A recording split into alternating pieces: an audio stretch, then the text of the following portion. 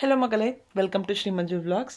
நவராத்திரி வரப்போகுது இல்லையா, அதுக்கான ஒரு குட்டி ஷாப்பிங் எப்போவுமே ஸ்டார்ட் பண்ணியாச்சு. நியூ ஜெர்சியில் நார்த் ப்ரௌன்ஸ்விக்கில் கிரி ட்ரேடர்ஸ் அப்படிங்கிற ஒரு ஷாப் இருக்குது. இந்த ஷாப்போட ஓனர் யாருன்னா, நம்ம 90s ஆட்ஸில் ரொம்ப ஃபெமிலியரான ஒரு பாப்புலரான வாய்ஸ் கேட்போம் இல்லையா, ரங்கநாதன் அவரோட ஷாப் தான் இது. சன்னிவேலில் ஒரு கடை இருக்குது. அதுக்கப்புறம் இப்போ நியூ ஜெர்சியில் ரீசெண்டாக ஓப்பன் பண்ணியிருக்கிறாங்க. செம்ம பெரிய ஷாப்புங்க. ஒரு பூஜை ரூமுக்கு தேவையான எல்லா பொருட்களும் இவங்க கடையில் இருக்குது.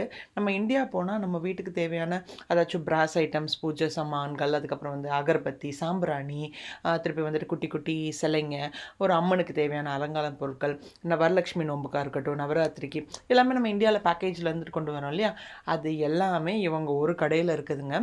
ஸோ டிஸ்கிரிப்ஷன் பாக்ஸில் நான் அவங்களோட கடையோட அட்ரஸ் கொடுக்குறேன், நீங்கள் செக் பண்ணி பாருங்கள். நான் இன்றைக்கி போனது எங்கள் வீட்டில் கொஞ்சம் சாம்பிராணி, அதுக்கப்புறம் அகர்பத்தி அதெல்லாம் இல்லாமல் இருந்தது. சரி, நவராத்திரிக்கு என்ன கொலு பொம்மைங்கள்லாம் ஏதாச்சும் வித்தியாசமாக ஏதாச்சும் இருந்தால் நம்ம வாங்கலான்னு போனேன். பட் அங்கே எதை வாங்குறதுக்கு எதை வைக்கிறதுக்குனே தெரியலை.